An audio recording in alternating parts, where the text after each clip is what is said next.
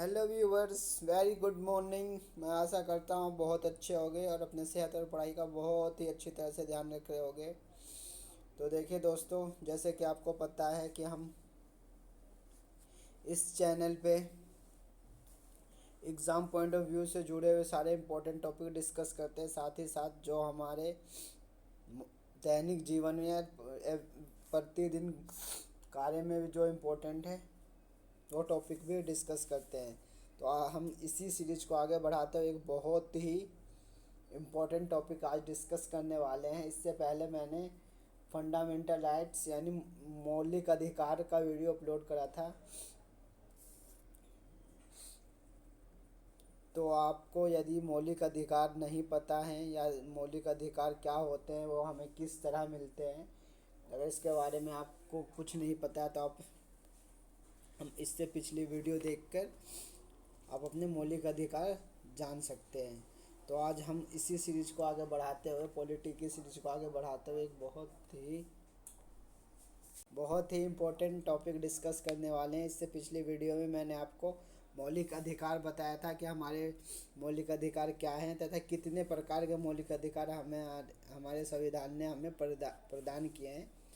तो आज हम एक और इम्पोर्टेंट टॉपिक डिस्कस करने वाले हैं, जिससे आप किसी भी एग्ज़ाम का प्रीवियस ईयर का क्वेश्चन पेपर उठा कर देख लीजिए, एक से दो क्वेश्चन मिलता है। तो आज जैसे कि आपको स्क्रीन पे दिख रहा होगा, आज हम मौलिक कर्तव्य यानी फंडामेंटल ड्यूटी पढ़ने वाले हैं। जिस तरह से हमारे संविधान ने हमें कुछ अधिकार दिए हैं, राइट्स दिए हैं कि अगर इसका हनन हो तो हम सीधा सुप्रीम कोर्ट में अपील दायर कर सकते हैं। ठीक उसी तरह से हमारे संविधान ने हमें कुछ कर्तव्य भी दिए हैं जो हमारे लिए बहुत ही इम्पोर्टेंट है। या अगर आप Indian being a citizen of India, ये हमारा कर्तव्य है, ये हमारी ड्यूटी है कि जो हमें संविधान ने दी है। तो सबसे पहले मैं आपको बता दूं, जो हमारे फंडामेंटल ड्यूटी थी ये मूल संविधान में नहीं था। इसे 1978 में, जैसा कि मैं अभी कह रहा था आपको कि जो मौलिक कर्तव्य है, फंडामेंटल ड्यूटी, हमारे मूल संविधान में नहीं था, लेकिन इसे 1978 में संशोधन करके 10 मौलिक अधिकार कि being a citizen of India हमारे हमारे 10 मौलिक अधिकार नहीं, 10 मौलिक कर्तव्य होंगे जो हमें पालन करना ही होगा। यह तो यह 1978 में संविधान में संशोधन करके 51A यानी 51 काम में रखा गया है। तो हमारे मौलिक कर्तव्य कितने हैं? 10 मौलिक कर्तव्य हैं। तो आपका तो एक क्वेश्चन यहीं से बन गया कि मौलिक कर्तव्य के बारे में संविधान किस अनुच्छेद या किस आर्टिकल में कहा गया। तो आर्टिकल 51A में मौलिक कर्तव्य के बारे में कहा गया है। और यह जो संशोधन हुआ था 44वां संविधान संशोधन, जिससे 1978 में हुआ था। तो आपको यहीं से एक दो क्वेश्चन बन गए। और देखिए कि जैसे कि आपको स्क्रीन पर दिख रहा होगा, भारत के मूल संविधान में मौलिक कर्तव्य का उल्लेख नहीं था, लेकिन स्वर्ण सिंह समिति की रिपोर्ट के आधार पर 44वें संविधान संशोधन 1978 द्वारा भारत नहीं 1978 द्वारा भाग 4 के अनुच्छेद का में जोड़कर 10 मौलिक कर्तव्य जोड़े गए हैं। तो देखिए आपके ये क्वेश्चन यहाँ से भी बन गया कि जो भारत का जो संविधान के भाग 4 में किसकी व्याख्या की गई है। तो भारत के संविधान के भाग 4 में मौलिक कर्तव्यों की व्याख्या की गई है। और एक स्वर्ण सिंह कमेटी थी, कौन सी कमेटी थी, ये वेरी वेरी इंपॉर्टेंट है। ये यूपीएससी में भी क्वेश्चन पूछा जा चुका है कि किस कमेटी के आधार पर मौलिक कर्तव्य रखा गया था। तो सरदार स्वर्ण सिंह की अध्यक्षता की कमेटी थी, जिसने यह सिफारिश करी थी कि मौलिक कर्तव्य को भारत के संविधान का अंग बनाया जाए तथा 44वें संविधान संशोधन 1978 द्वारा इसे संविधान के 51 अनुच्छेद 51A में डाला गया। देखिए सरदार स्वर्ण सिंह समिति की सिफारिशों के आधार पर इसकी संरचना निर्धारित की गई है। और सबसे इम्पोर्टेंट बात यह है कि मौलिक कर्तव्य न्याय योग्य नहीं है, किंतु सर्वोच्च न्यायालय ने माना है कि मौलिक कर्तव्य का पालन न करने की स्थिति में मौलिक अधिकार से वंचित किया जा सकता है। ये जो मौलिक अधिकार है, यह हमें नहीं, मौलिक अधिकार नहीं, मौलिक कर्तव्य जो हमें दिए गए हैं ये न्याय में वाद्य योग्य नहीं है। यानी यदि कोई व्यक्ति मौलिक कर्तव्य का पालन नहीं करता है तो उसे हम सजा नहीं दे सकते या उसके खिलाफ कानूनी कार्रवाई नहीं कर सकते। लेकिन सर्वोच्च न्यायालय ने यह भी माना है कि अगर मौलिक कर्तव्य का पालन ना किया जाए तो उसे मौलिक अधिकार से वंचित किया जा सकता है। तो मौलिक कर्तव्य तो न्यायालय में वाद योग्य नहीं है, लेकिन यदि आप मौलिक कर्तव्य का पालन नहीं करते हैं तो आपको मौलिक अधिकार से भी वंचित किया जा सकता है। और इसी इसी कड़ी में एक 42वें संविधान संशोधन में जब मौलिक कर्तव्य जोड़े गए थे तो उस समय हमारे पास 10 मौलिक कर्तव्य थे। जो हम संविधान संशोधन हुआ था उसमें 1978 में, उसमें 10 मौलिक कर्तव्य थे। लेकिन 86वें संविधान संशोधन 2002 में एक मौलिक कर्तव्य और जोड़ा गया, तो कुल मिलाकर अब हमारे पास 11 मौलिक कर्तव्य हैं। तो ये क्वेश्चन आपका यहाँ से भी बन सकता है कि संविधान के किस संशोधन द्वारा भारतीय संविधान के किस संशोधन के द्वारा 11वां मौलिक कर्तव्य जोड़ा गया है। तो कौन सा संशोधन था? 86वां संविधान संशोधन 2002।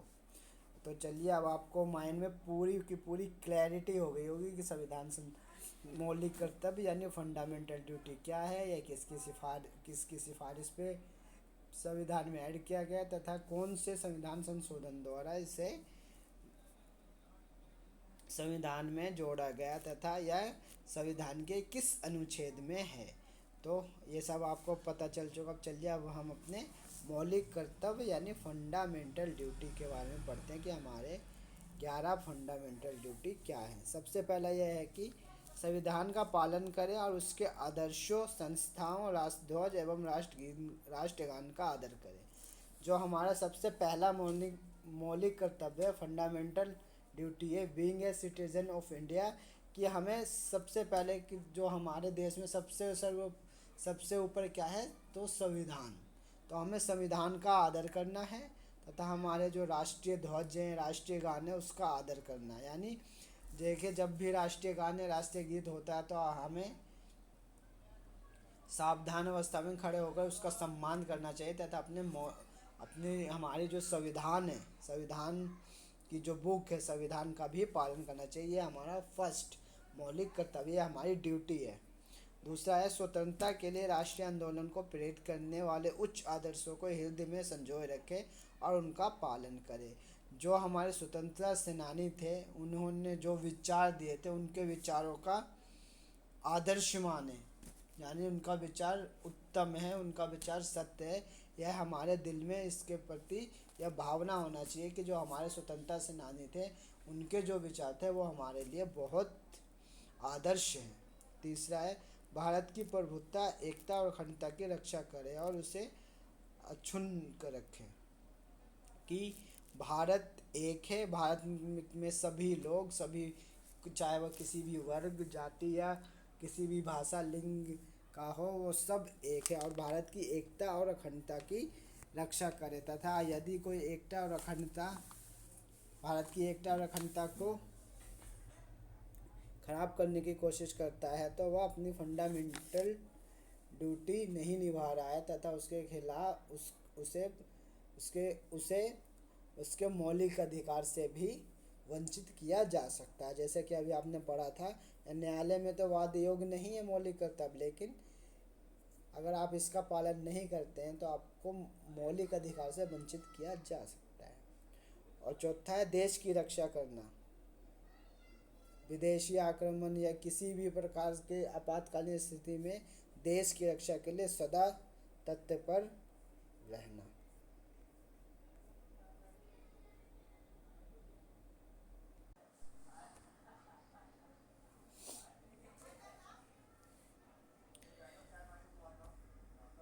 देखिए दोस्तों, अभी जैसे कि हमने अभी पढ़ा था, हमने 4 मौलिक कर्तव्य पढ़ लिए थे